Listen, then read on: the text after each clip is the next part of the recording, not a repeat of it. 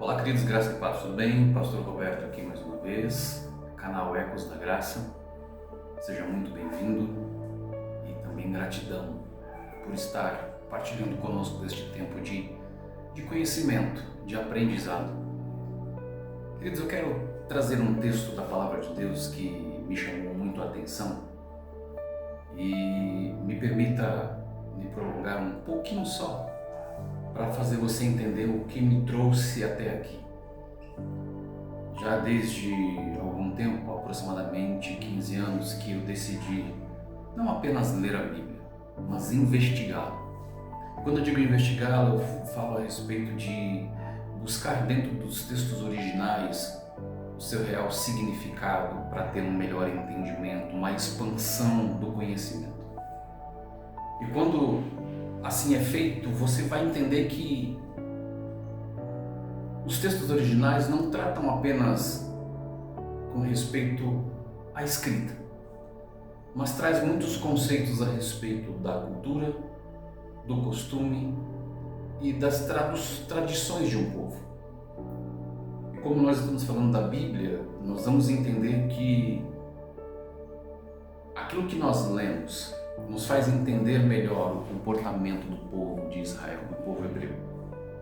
O texto em questão está lá em Mateus capítulo 11, verso 12, e a sua tradução literal diz o seguinte: desde, porém, os dias de João o Batista, até agora o reino dos céus é violentado. Trazendo um pequeno entendimento, eu coloquei entre aspas, ou avança com força, e os violentos o tomam pela força. Eu tenho aqui mais 5 traduções diferentes e cada uma delas trazem sentidos muito próximos, porém com uma escrita diferente, e que eu gostaria de ler com vocês para termos um melhor entendimento. A primeira tradução, NTLH, nova tradução na linguagem de hoje, vai nos dizer o seguinte: desde os dias em que João anunciava a sua mensagem até hoje, o reino do céu tem sido atacado com violência e as pessoas violentas tentam conquistar. Você percebeu o que está dizendo aqui? O reino do céu tem sido atacado com violência e os que usam de violência tentam conquistar. Essa é a primeira tradução, NTLH, nova tradução da linguagem de hoje. A segunda tradução é a da Bíblia Vida, da editora Vida. Eu particularmente gosto muito porque ela é isenta, né?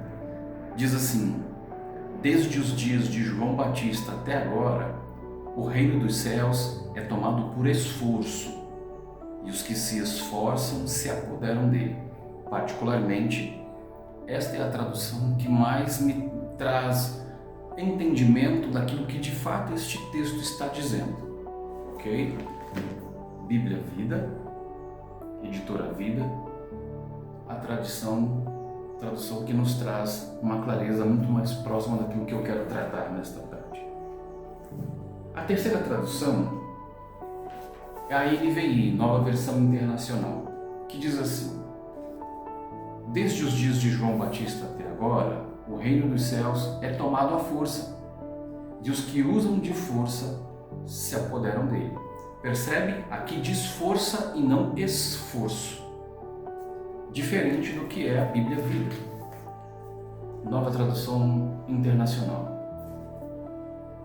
Agora eu quero ler com vocês uma outra Bíblia que eu também tenho aqui, a King James 1611, que é a mais próxima, principalmente do hebraico e do grego, com relação à sua tradução do sentido literal das escritas. E diz assim: e desde os dias de João Batista até agora, o reino do céu sofre violência, e os violentos a tomam pela força. Você percebe como já mudou o sentido, até mesmo a escrita? Sofre violência. Essa é a tradução King James 1611. Ok? E eu tenho aqui também a nova Bíblia Viva, uma Bíblia bonita, eu particularmente uso ela para pregar. Só que a tradução dela traz um sentido muito interessante e com algumas palavras que mexem muito com o entendimento. E diz o seguinte: e desde o tempo em que João Batista começou a pregar, e aqui eles acrescentam o batizar, até agora, olha como fica diferente a tradução. Multidões ansiosas vão abrindo caminho em direção ao reino dos céus. Multidões ansiosas vão abrindo caminho em direção ao reino dos céus. Queridos, você consegue perceber a diferença que tem de uma tradução para outra? Eu sei que a ideia, a tentativa de quem reescreveu os textos dentro do português é trazer uma linguagem mais acessível para pessoas que têm dificuldade, principalmente, de entender a tradução da King James, a tradução da Almeida Revista e Corrigida, Almeida Revista e Fiel, Almeida Revista e Atualizada, porque são traduções muito próximas do seu sentido literal do original. Eu consigo ter essa compreensão. Porém, nós temos que ter o devido cuidado com as traduções que nós temos e como nós vamos aplicar ela no nosso dia a dia. E quando nós observamos isso, eu fiz o devido trabalho de casa, a lição de casa, e busquei este texto no original do grego e a sua transliteração. Por favor, não esperem que eu leia, porque eu sou péssimo para ler o grego, tá? Mas a tradução, como eu já li aqui para nós, diz da seguinte forma, como eu já citei no começo desse vídeo: desde, porém, os dias de João o Batista, até agora o reino dos céus é violentado ou avança com força, e os violentos a tomam pela força. Percebe que o verbo aqui, biazetai, ele pode significar tanto violência como avançar com força. Porém, na mesma fala, na mesma escrita, você vai ter o verbo biastai, que quer dizer o quê? Os determinados, ou os intensos. E percebe que o texto não fala de violência física, mas de intensidade espiritual. Ou seja, de uma ruptura e de uma decisão radical. Quando eu que comecei a viver a minha fé lá no comecinho dos anos 90, aliás, no meio dos anos 90, deixa eu corrigir aqui, 94, 95 aproximadamente, que foi quando eu de fato decidi viver para Cristo, porque eu entreguei a minha vida a Jesus com 15 anos de idade, mas comecei a viver de fato uma vida de renúncia, onde eu rompi com aquilo que o mundo estava me propondo viver, definitivamente próximo dos meus 20 anos de idade. E aqui nós conseguimos observar que as muitas traduções que nós temos, elas vão variar, como eu li aqui para vocês, as 5 traduções que eu tenho, e cada uma vai trazer um sentido. E nós precisamos estar atento a isso. Por qual razão? Porque se eu não observo isso, eu posso fazer qualquer interpretação dos textos sagrados. E se nós não observarmos o que esse texto de Mateus 11, 12 está dizendo, nós vamos simplesmente compreender que qualquer maneira que eu viva a minha fé, para mim é mais que suficiente, porque eu vou criar a doce e ilusória ideia de que eu levantei a minha mão, entreguei a minha vida a Jesus, eu estou salvo. Eu sei, eu não quero entrar no mérito da questão das muitas linhagens teológicas que dizem que uma vez salvo, sempre salvo, ou a salvação é desenvolvida. Não é esse o meu papel agora. O meu papel é trazer o entendimento do que de fato o texto está dizendo. E eu quero ficar aqui com o verbo biastai, que quer dizer os determinados, os intensos. Aquele que vive de intensidade espiritual, aquele que entendeu a necessidade de haver, de provocar essa ruptura com o pecado, essa decisão radical que nós temos de entregar a vida a Cristo e, como Paulo, declarar todos os dias: não sou mais eu quem vive, mas é Cristo que vive em mim. E quando nós dizemos que não sou mais eu quem vive, mas é Cristo que vive em mim, eu estou dizendo que a minha existência por si só já não há.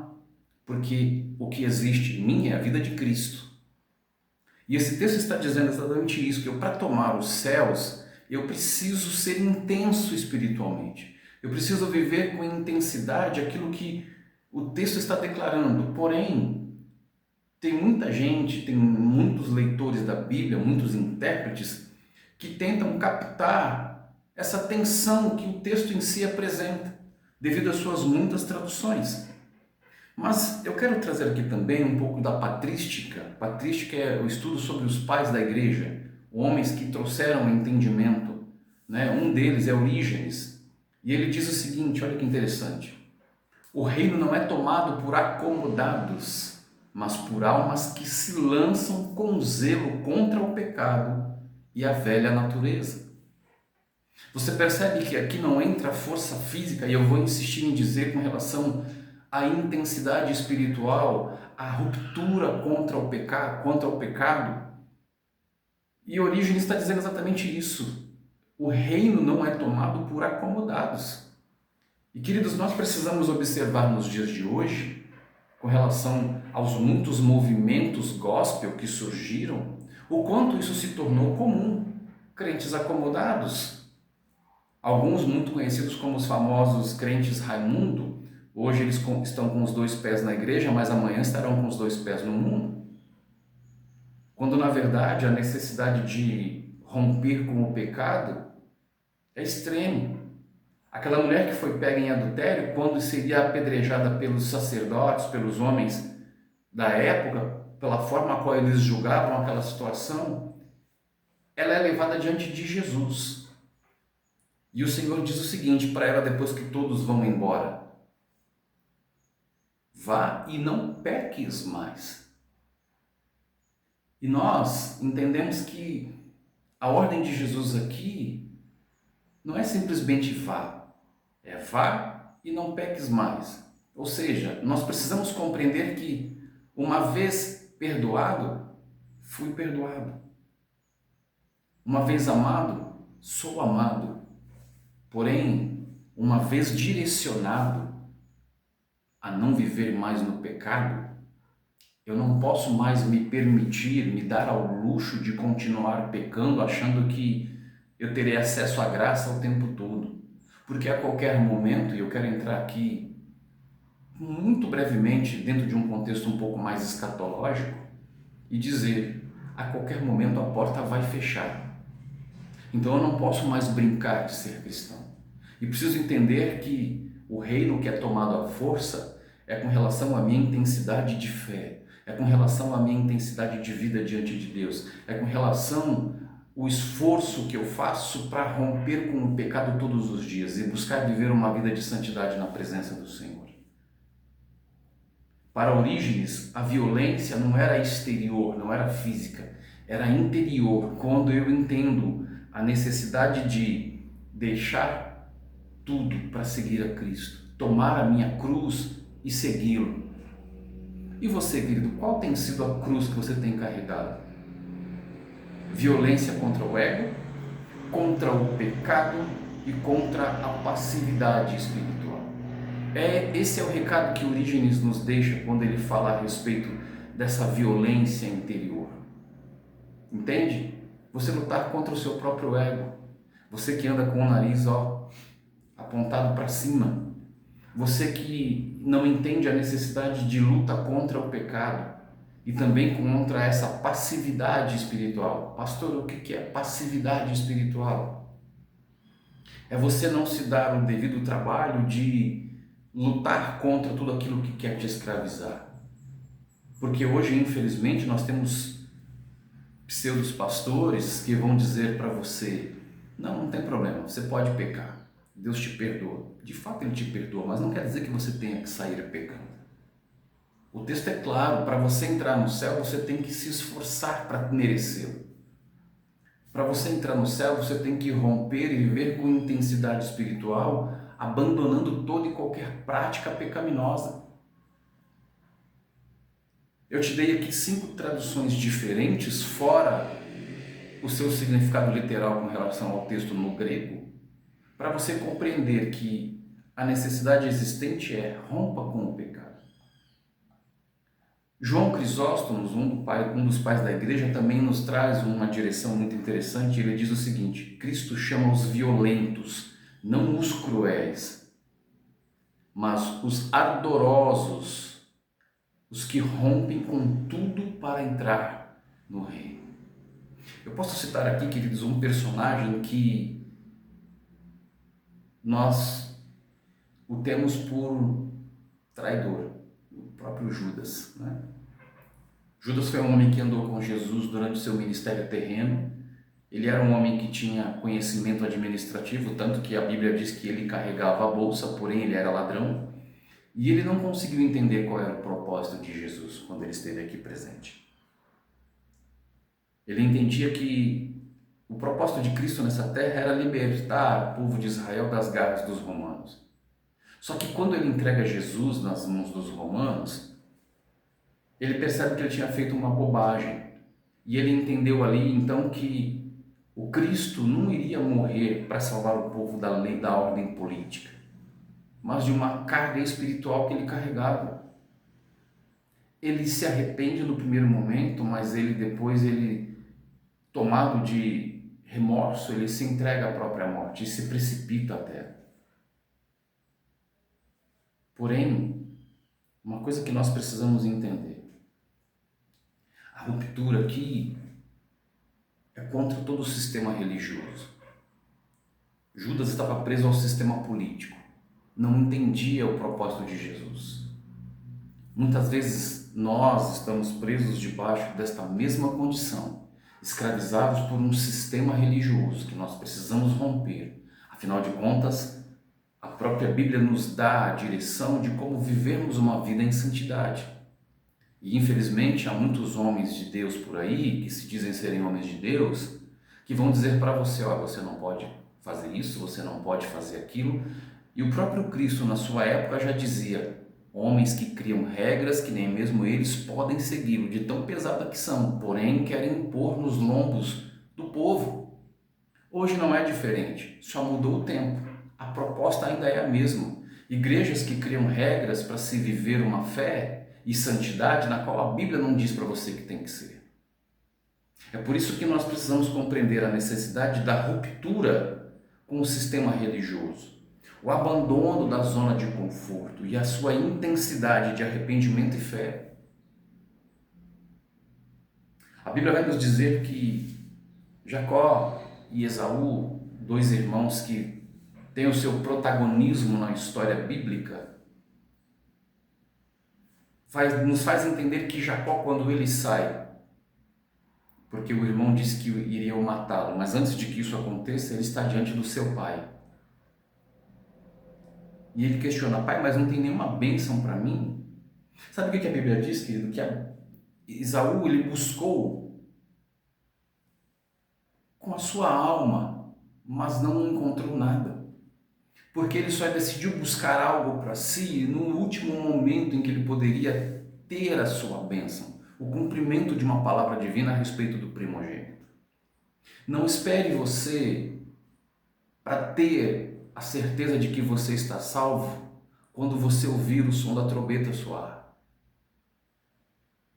Paulo ele nos diz, não me falhe agora a memória, não lembro se é Filipenses ou se é Colossenses, que nós devemos desenvolver a nossa salvação. E desenvolver a salvação trata exatamente do que esse texto de Jesus está dizendo. Romper com toda a estrutura religiosa, romper com a zona de conforto, romper com aquilo que nos traz passividade, para que nós possamos viver uma vida de intensidade espiritual e de arrependimento constante e fé. E aqui eu quero deixar para você a pergunta: como você tem visto o reino dos céus? Como você tem crido a respeito de você tomar o reino dos céus para você?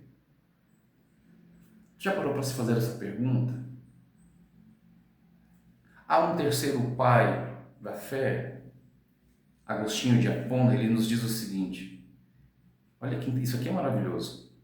Deus se deixa vencer por aqueles que o buscam com lágrimas, clamor e perseverança.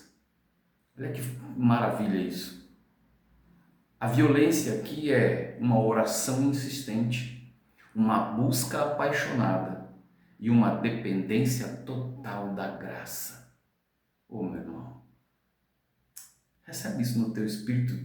Entenda aquilo que o texto está tentando dizer. Olha o que homens que viveram há tantos séculos atrás estão nos dizendo hoje de uma lição tão presente, tão precisa. Isso que Agostinho de Hipona nos traz a respeito desse texto é algo assim tão surpreendente que eu quero ler novamente para você gravar no seu coração. Deus se deixa vencer por aqueles que o buscam com lágrimas, clamor e perseverança.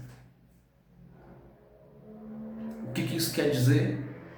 Oração insistente, uma oração perseverante. Paulo nos diz o quê? Orai em todo o tempo, com oração e súplica e com ação de graças. Uma busca apaixonada. Ou seja, quando você vai buscar a presença de Deus, você vai buscar ao Senhor, não são só palavras, mas é a tua alma que está indo junto com cada palavra que você declara nessa busca pelo Senhor. E o mais interessante, uma dependência total da graça. E aí você pode lembrar de Lucas 18, que fala sobre a viúva persistente. Que todos os dias ia diante do juiz, julga a minha causa, julga a minha causa, julga a minha causa. Você percebe que a necessidade que Deus está nos apresentando através deste texto se dá ao fato de rompermos com toda a estrutura já estabelecida ou pré-estabelecida, baseado no entendimento e no conhecimento que nós temos a respeito de religião. E eu quero mais uma vez declarar aqui e dizer: todos nós temos o desejo de crescer. Porém, o termo biazitai, o verbo biazitai, nos dá essa ideia, avançar com força. Eu quero ler novamente aqui a Nova Bíblia Vida, que é, de todas as traduções que eu li, a mais diferente de todas elas. Multidões ansiosas vão abrindo o caminho em direção ao reino dos céus. Que eu e você sejamos ansiosos, abrindo este caminho em direção ao reino dos céus, para que nós possamos viver nele, por ele e para ele. Um forte abraço, um beijo no seu coração. Fiquem todos com Deus.